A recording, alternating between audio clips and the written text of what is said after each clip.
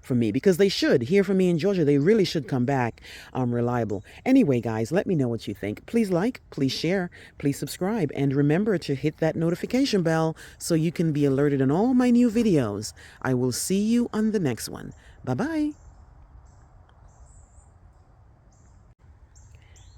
Guys, I was yapping away and didn't realize it wasn't recording. But I wanted to show you that I finished all of the alliums, the Purple Sensation alliums. So you saw me when I was about to plant them here. And so they're already in here. And then I ended up putting some more right here.